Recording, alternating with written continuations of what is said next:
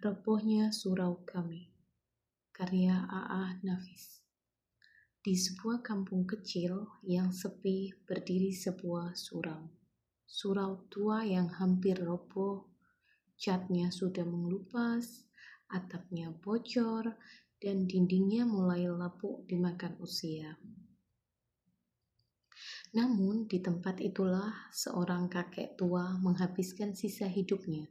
Setiap hari ia berzikir, membaca kitab, dan menunaikan ibadah dengan tekun.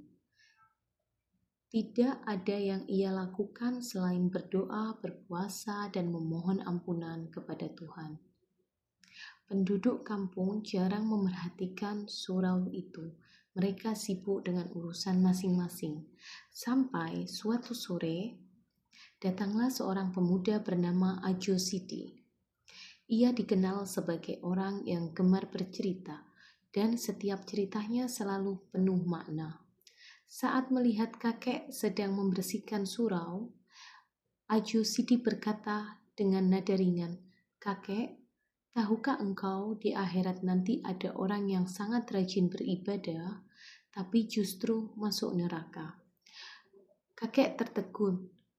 Ajo Sidi melanjutkan ceritanya dengan tenang. Dikisahkannya seorang yang sepanjang hidupnya hanya beribadah dan tidak pernah berbuat jahat, tetapi juga tidak pernah menolong siapapun. Ia hidup untuk dirinya sendiri, tidak peduli pada orang lapar, orang sakit, ataupun orang yang sedang tertindas. Ketika ajal menjemput, ia yakin akan masuk surga. Tetapi Tuhan berkata, "Aku tidak mengenalmu, sebab engkau tidak pernah mengenal sesamamu." Kakek mendengarkan kisah tersebut dengan wajah muram.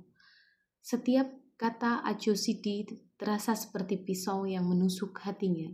Ia mulai berpikir, apakah selama ini hidupnya juga seperti orang dalam cerita Ajo Sidi itu?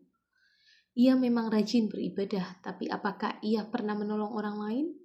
Apakah ia pernah berbagi? Malam itu kakek duduk lama di suraunya yang sunyi. Angin masuk lewat celah jendelanya. Jendela yang sudah rusak. Membawa suara jangkrik dari sawah, ia menatap sajadahnya yang lusuh dan kitab yang mulai usang. Di dalam hatinya tumbuh penyesalan yang sangat berat. Ia merasa seolah surau itu tak lagi berdiri di bumi, melainkan roboh dalam jiwanya sendiri. Keesokan paginya, penduduk kampung menemukan pintu surau terbuka. Angin pagi berhembus lembut, membawa bau tanah basah. Di sudut ruangan, kakek itu sudah tak bernyawa. Wajahnya tenang, matanya tertutup, dan di sampingnya terbuka kitab doa yang terakhir kali ia baca. Suara itu kini benar-benar roboh, bukan karena waktu. Surau itu kini benar-benar roboh bukan karena waktu, tapi karena kehilangan jiwa yang selama ini menghidupi surau itu.